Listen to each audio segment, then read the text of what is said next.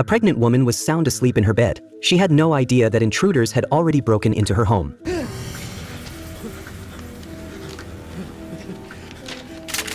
Soon after, her entire family was forcefully brought to the living room. At that moment, the robber pulled out a second note. He gestured for the old man to open the family safe. Panicked and terrified, he had no choice but to comply. But who could have guessed the criminals would go back on their word?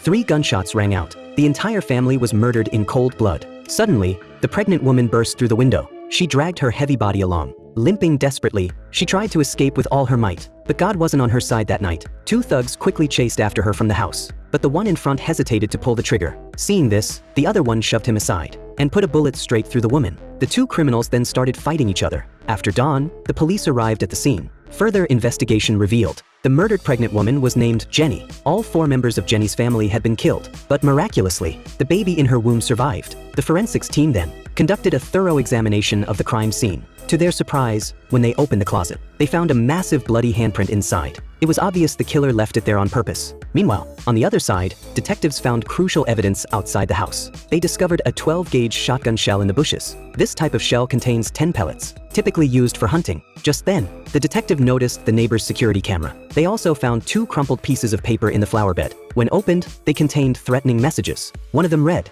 "The robber threatening the victims to open their safe." What was bizarre was the other message. The robber claimed if they didn't cooperate, he would kill their entire family, including the little girl in her daughter's belly. How did the killer know Jenny was carrying a girl? Next, the police pulled the neighbor's surveillance footage. The video clearly showed 3 robbers arrived in a car at 4 a.m., right at the victim's doorstep. They wore masks and carried shotguns. After killing Jenny, 2 of them clearly got into an argument. The sharp-eyed detective noticed. During their scuffle, one of them got a tooth knocked out. What was puzzling was, after Jenny was shot, the killer pressed hard on her wound, trying to stop the bleeding. He seemed like he didn't want her to die. Before long, the forensics lab ran further tests on the bloody handprint in the closet. The test results showed the blood on the handprint didn't belong to the killer. It belonged to Jenny, but Jenny was killed outside. Why would her blood be in the closet? Obviously, the one who left this print was the robber who tried to treat Jenny's wound. In other words, while the blood on the print belonged to Jenny, the fingerprints and sweat belonged to the killer. With fingerprints and sweat, they could identify the killer. At the same time, the forensic analyst examining the dust at the crime scene